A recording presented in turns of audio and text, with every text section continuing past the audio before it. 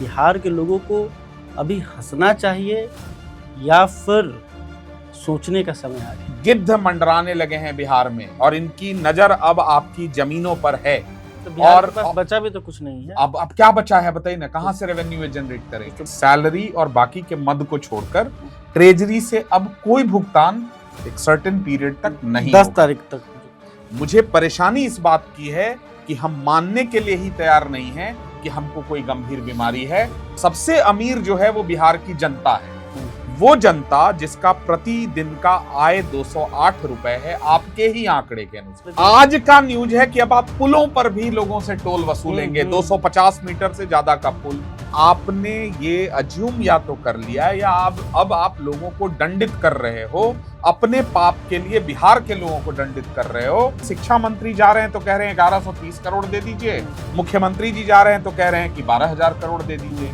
इसके अलावा world bank के पास आप पहुंच चुके हैं, वहां पर भी आप 5,000 करोड़ मांग रहे हैं। तो ये जो कर्ज है हमारे और आपके ऊपर ही तो आ रहा है। भ्रष्टाचार करने पर मजबूर कर रहे हो ना भाई। एक पीडीएस दुकानदार जो है उसका अगर आप कमीशन नहीं दीजिएगा तो इनकम का स्रोत क्या है? क्यों चलाएगा वो पीडीएस का दुकान? पलायन तो करेंगे नहीं, जिस तरह से 2000, 2001, 2003 में जैसे लोग बिहार छोड़ के पलायन कर रहे हैं। कि 1.5 करोड़ लोग ऐसे हैं जो बिहार से पलायन कर चुके हैं। बिहार का पॉपुलेशन कितना है, परसेंटेज जोड़ लीजिए आप।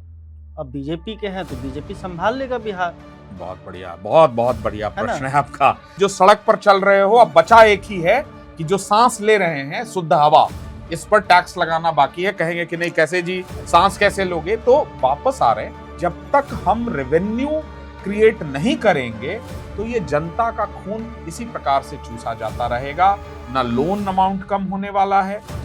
बिहार में चाहिए जो 242 लोग एक तरफ बैठे हैं और प्रशांत किशोर एक तरफ बैठे हैं, तो बिहार में बिहार के मुद्दों को ही नहीं, बिहार के मुद्दों को देश में भी इग्नोर नहीं कर सकेंगे अगर प्रशांत किशोर उस विधानसभा के सदस्य बनते हैं। नमस्कार, आप खबर पॉइंट देख रहे हैं। मैं हूं परमबीर सिंह।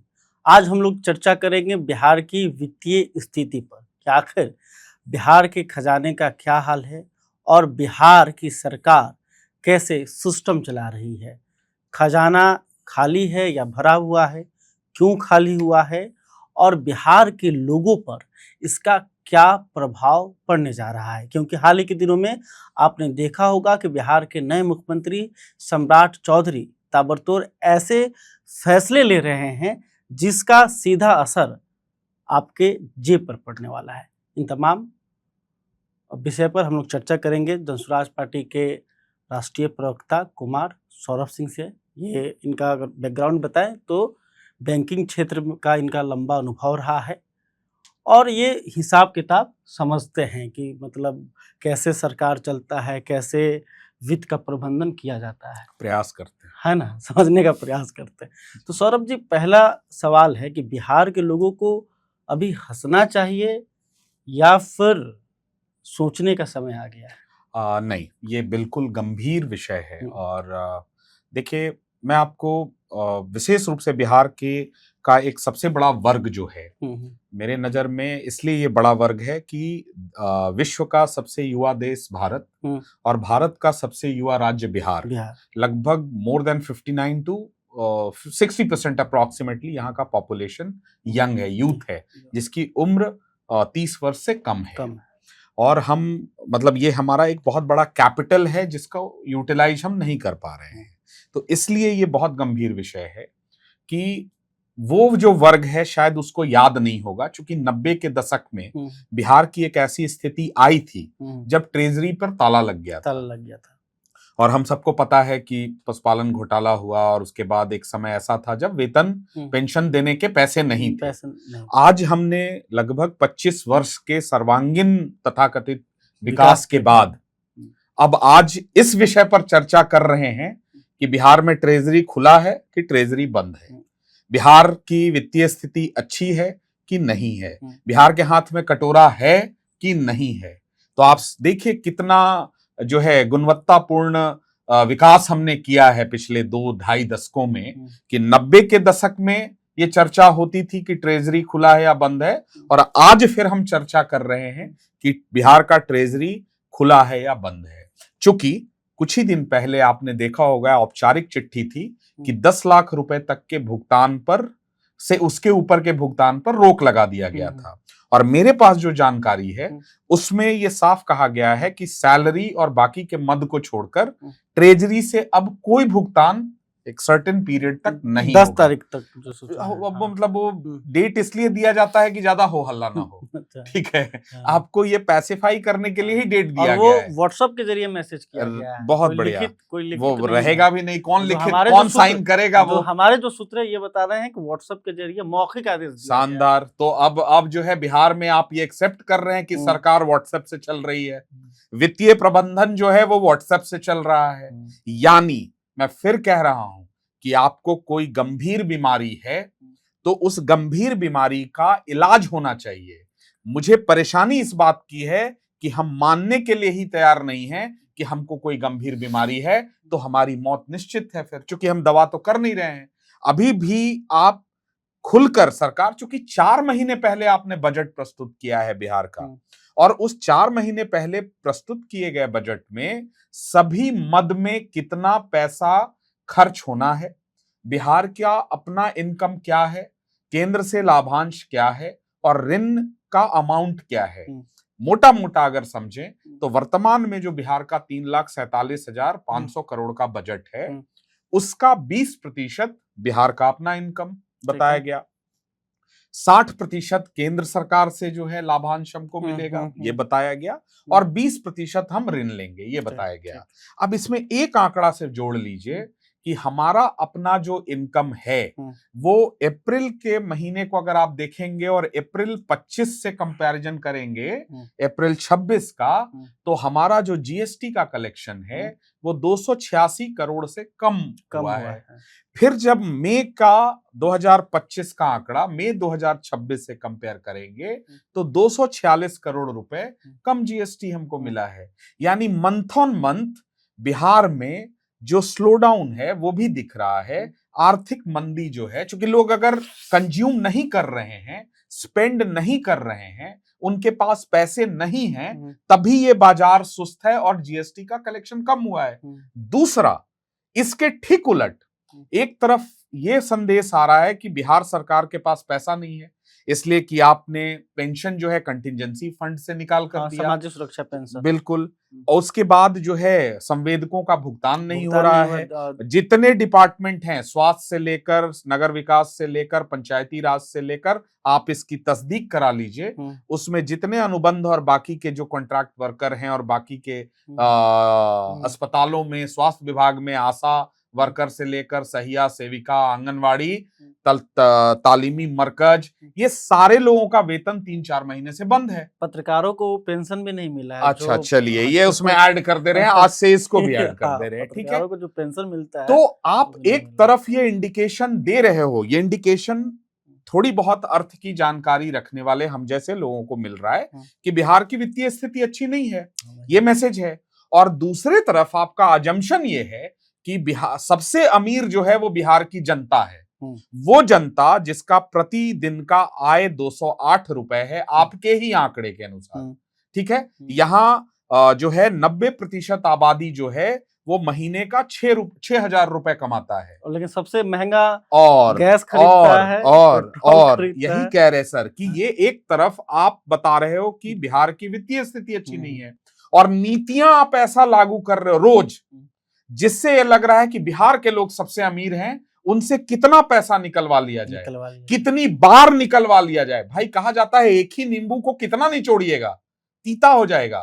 वही स्थिति बिहार की है। आप देखिए 1100 रुपए, एक तरफ 400 से 1100 आपने पेंशन किया 20 साल के बाद, जन स्वराज के प्रयास के बाद, वरना 10 रुपए नहीं बढ़ा था पेंशन इसी बिहार में 20 वर्ष तक। आज वो 1100 रुपए भी बहुत जद्दोजहद से वृद्धों को, विकलांगों को, महिलाओं को वो भी मिल रहा है, सबको नहीं मिला है। 1100 रुपए आप जो है प्रति गांव अब आप कलेक्ट करेंगे। रोड जो है उस पर आप 1 रुपए 25 पैसे से लेकर 8 रुपए जो व्यावसायिक वाहन है उन पर प्रति किलोमीटर लोगे। अलग से राजमार्ग पर हम टोल दे रहे हैं, एक्सप्रेसवे पर टोल दे रहे हैं, स्टेट हाईवे पर आज का न्यूज है कि अब आप पुलों पर भी लोगों से टोल वसूलेंगे। 250 मीटर से ज्यादा का पुल आप जमीन का नापी कराने जाएंगे तो पहले 200 रुपया लगता था, अब 1000 रुपया लगेगा। ठीक है। यहाँ जो है पत्थर बालू जितनी भी चीजें हैं वो जमीन बगल के खरीदने राज्यों जाएंगे तो से, सर्किल रेट भी बढ़ा है। बगल के राज्यों से 2 गुने दाम पर आपको कंस्ट्रक्शन मटेरियल मिल ठीक रहा है। है। जमीन की रजिस्ट्री कराने जाएंगे तो वो आपको 2 गुना 3 गुना उसका चार्ज देना है। स्टाम्प पेपर का भी रेट दाम बढ़ गया। तो सिंपल देखिए, ऐसे एग्जांपल हम देंगे, अगला 5 मिनट निकल जाएगा इसमें। पॉइंट ये है, लोगों को समझना चाहिए ना सर, पॉइंट ये है कि आपने ये अज्यूम या तो कर लिया या अब आप लोगों को दंडित कर रहे हो, अपने पाप के लिए बिहार के लोगों को दंडित कर रहे हो। आप जब तक वो 40,000 करोड़ जो चुनाव में आपने फूके हैं, 10,000 रुपए और बाकी की चीजों को करके, जब तक उसकी वसूली नहीं कर ली जाएगी तब तक ऐसा प्रतीत हो रहा है कि ये अलग अलग प्रकार का जो जजिया कर लगता था पुराने समय में, लेवी और टैक्सेस और अधिभार और सेस, ये बिहार के लोगों पर बहुत, और मैं फिर कह रहा हूं आपको कि ये अंततः बिहार की अर्थव्यवस्था को हैम्पर करेगा। इसलिए मैं कह रहा हूं कि चिंतित होने की जरूरत है। ये 1 क्वार्टर गुजरा है, अभी 3 क्वार्टर बचा हुआ है, और आपकी स्थिति ऐसी है कि शिक्षा मंत्री जा रहे हैं तो कह रहे हैं 1130 करोड़ दे दीजिए, मुख्यमंत्री जी जा रहे हैं तो कह रहे हैं कि 12,000 करोड़ दे दीजिए, अभी स्वास्थ्य मंत्री जाएंगे तो कहेंगे कि हमको पैसा दे दीजिए, नगर विकास जाएगा तो कहेगा हमको पैसा दे दीजिए। अब देखिए, अब आपने तो कह दिया कि सोचने के बाद बिहार के लोगों पर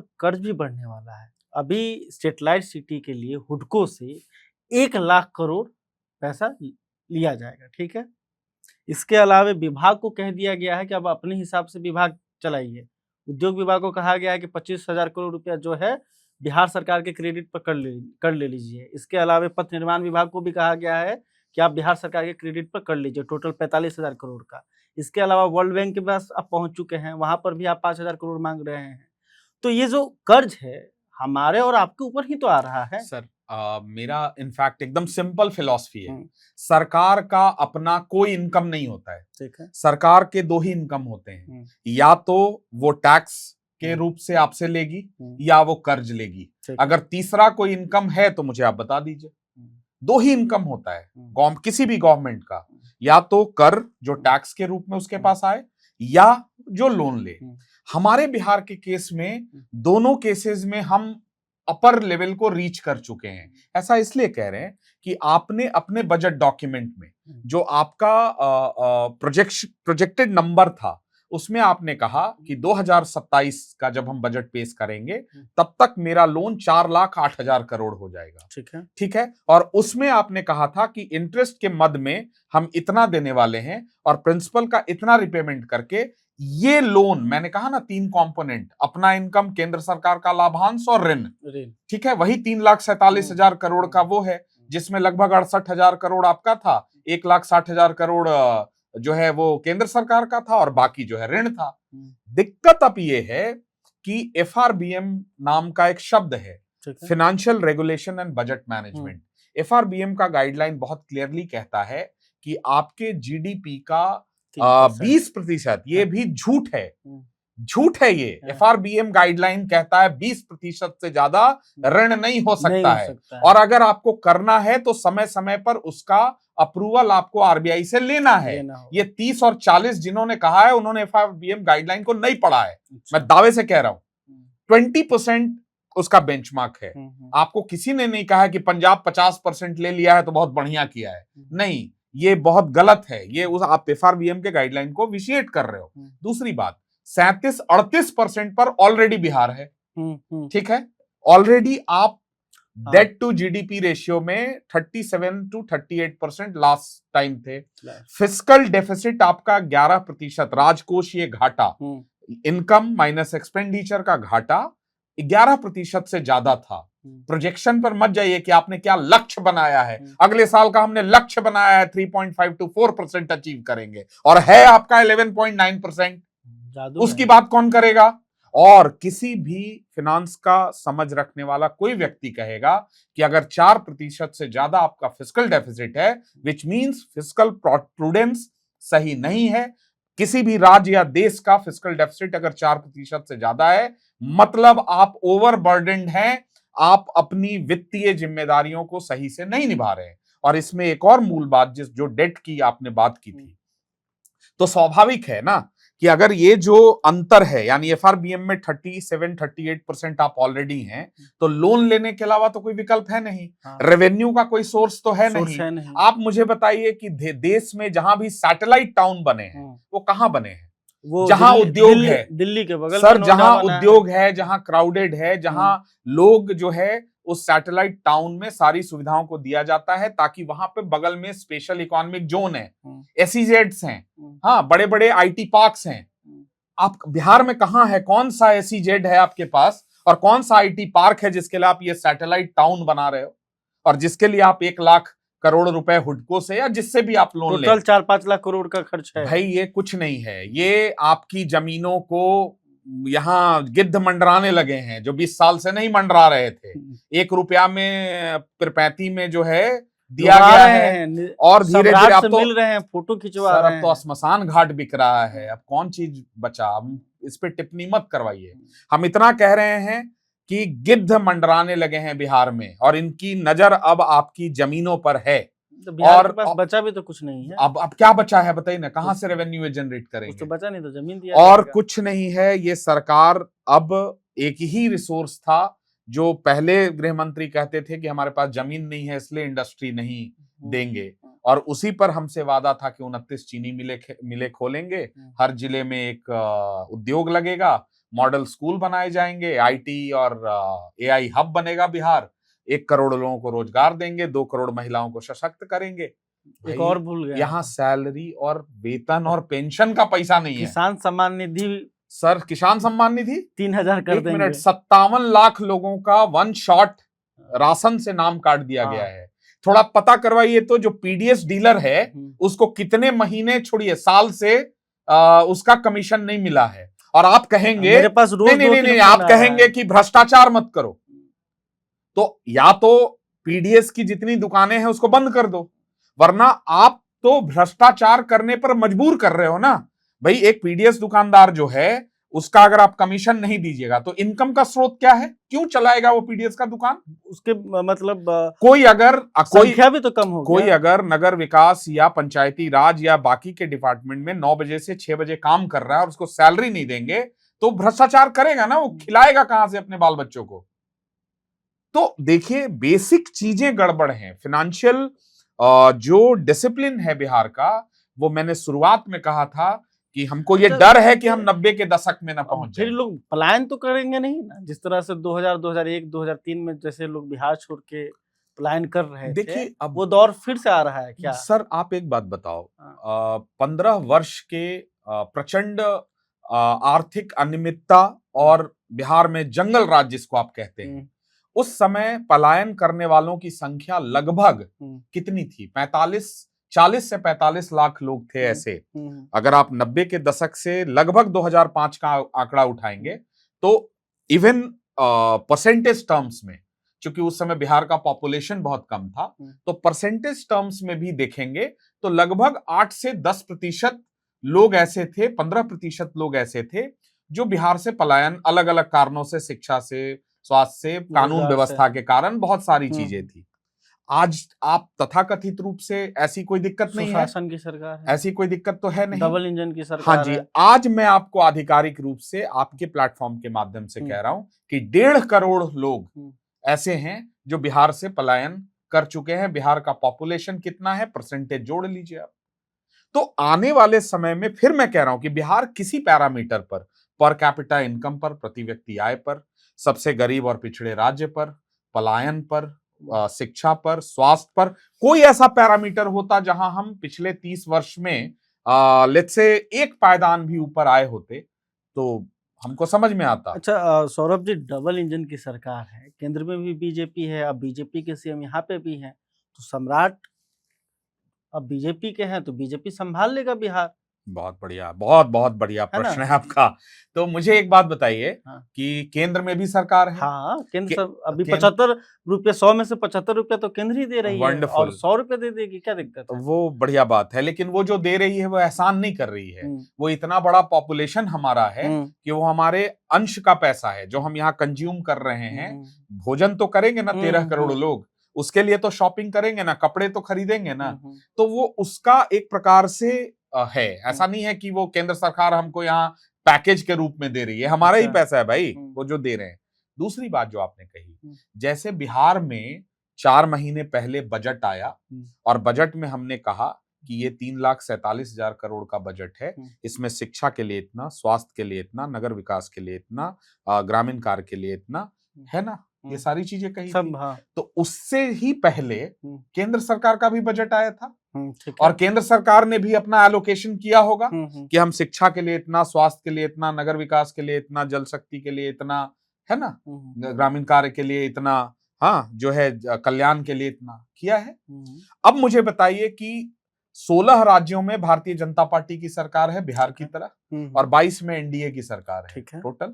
तो आपको ये समझना पड़ेगा कि केंद्र सरकार के पास बहुत लिमिटेड बैंडविड्थ है, कोई उपाय नहीं है। बिहार जिस ओर जा रहा है, केंद्रीय पैकेज या एक बहुत बड़ा लोन का पैकेज, या तो केंद्र से सहायता मिले या एक बहुत बड़ा ऋण से सहायता मिले, इसके अलावा कोई उपाय नहीं है। और उससे जो उपाय तात्कालिक है वो हमसे आपसे वसूला जा रहा है चालान के फॉर्म में, ये लेवी के फॉर्म में। अब जो है स्टेट के रोड पर चलना भी रेवड़ी है, ये मंत्री जी का बयान है। तो कहेंगे भैया अब रेवड़ी है, आप जो सड़क पर चल रहे हो, अब बचा एक ही है कि जो सांस ले रहे हैं शुद्ध हवा, इस पर टैक्स लगाना बाकी है। कहेंगे कि नहीं कैसे जी, सांस कैसे लोगे? तो वापस आ रहे हैं कि केंद्र सरकार के पास भी बहुत लिमिटेड बैंडविड्थ है। ठीक है, उनका भी अपना बजट में जो ऋण है ओवरऑल, जो 50 लाख करोड़ से 2 लाख जो है 250 लाख करोड़ जो पहुंच गया है ऋण, तो उनकी भी अपनी फिस्कल जिम्मेदारियां हैं। इसके अलावा लड़ाई भी चल रहा है, उसके कारण भी नहीं, लड़ाई का तो असर है ही।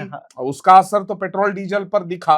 अभी जो है क्रूड का प्राइस 68 और 70 पर आ गया, बट पैसा हमको उतना ही देना है कोई। और उसके ऊपर से जो अन्य राज्य से 10 रुपए ज्यादा पेट्रोल पर, 5 रुपए ज्यादा डीजल पर और गैस पर 100 रुपए ज्यादा अन्य राज्यों से बिहार को लोगों को देना टॉप में है बिहार। हाँ, तो उसके अलावा देना है जो पहले से महंगा है। क्रूड सस्ता भी हुआ तब भी नहीं किया जा रहा है।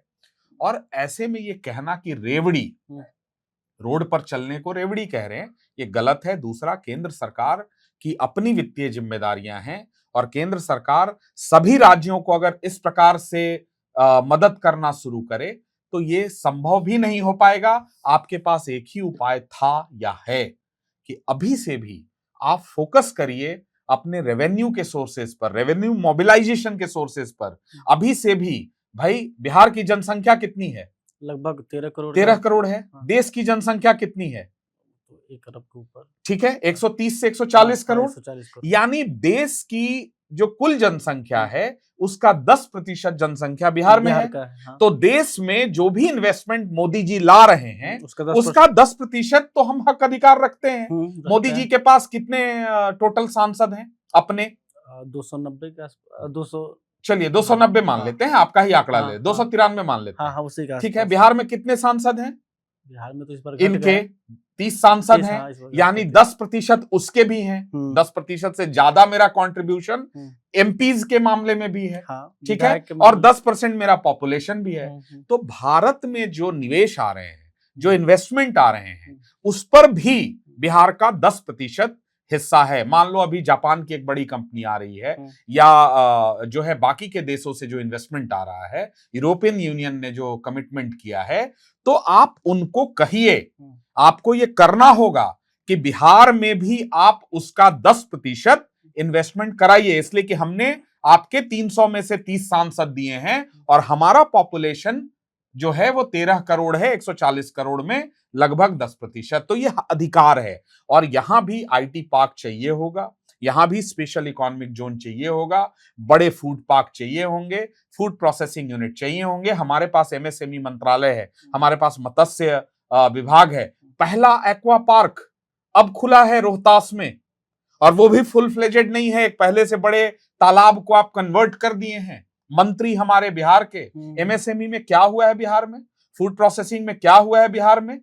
तो ये समझना होगा कि जब तक हम रेवेन्यू क्रिएट नहीं करेंगे तो ये जनता का खून इसी प्रकार से चूसा जाता रहेगा। ना लोन अमाउंट कम होने वाला है, ना हमसे ली जाने वाली इस प्रकार के कर और टैक्सेस में कमी होने जा रही है। अलग अलग प्रकार से अगले 4 वर्ष तक, मेरी बात नोट कर लीजिएगा, आपके प्लेटफॉर्म पर बोल रहा हूं, और अगले 9 महीने में अगला बजट जब पेश हो रहा होगा तो आप देखिएगा कि बिहार की दुर्दशा क्या होगी। एक आखिरी बात कह दे रहा हूं कि 24-25 का सीएजी का भी रिपोर्ट आ गया है बिहार को लेकर, और उसमें अब हम सिर्फ फिस्कल डेफिसिट में नहीं, अब हम रेवेन्यू डेफिसिट भी हो चुके हैं। अच्छा। रेवेन्यू डेफिसिट का मतलब सरल शब्द में कि 100 रुपए का टारगेट था मेरा कमाई करने का, तो अब हम 90 और 95 कमा रहे हैं, और ये रिपोर्ट 24-25 का है। जरा कल्पना कर लीजिए कि जब 26-27 का रिपोर्ट सीएजी प्रस्तुत करेगा, बिहार के लोग बच रहे हैं खर्च करने। नहीं, बिहार के, देखिए, हम ब्लेम बिहार के लोगों को बहुत नहीं करेंगे, इसलिए कि ऐसी चर्चा होती ही नहीं है बिहार में। आपने कब बजट पे डिस्कशन सुना है? आपने कब हम लोगों को ये चर्चा, और ये जानबूझ के ये राजनीतिक दल चाहते भी नहीं है कि ऐसे विषयों पर चर्चा हो। हम धन्यवाद देना चाहेंगे कई डिजिटल प्लेटफॉर्म्स का कि कम से कम आप लोग अब ऐसे विषयों पर चर्चा करा रहे हो। हम चुनाव के दौरान इस विषय पर चर्चा कर रहे हैं, जब बांकीपुर के चुनाव में हम पूरी तरीके से उतरे हुए हैं, उस बीच में भी ये चर्चा कर रहे हैं, इसलिए कि आवश्यक है बिहार को, लोगों को समझना। और इसीलिए हम कह रहे हैं कि 7 महीने की सम्राट सरकार में वापस 90 का दौर आ गया है, और आज इसीलिए प्रशांत किशोर बांकीपुर से चुनाव लड़ रहे हैं कि विपक्ष की एक मजबूत और सशक्त आवाज बिहार में चाहिए। जो 242 लोग एक तरफ बैठे हैं और प्रशांत किशोर एक तरफ बैठे हैं, तो बिहार में बिहार के मुद्दों को ही नहीं, बिहार के मुद्दों को देश में भी इग्नोर नहीं कर सकेंगे अगर प्रशांत किशोर उस विधानसभा के सदस्य बनते हैं। वरना प्रशांत जी के लिए लोकसभा और विधानसभा और राज्यसभा कोई बहुत बड़ी बात नहीं थी।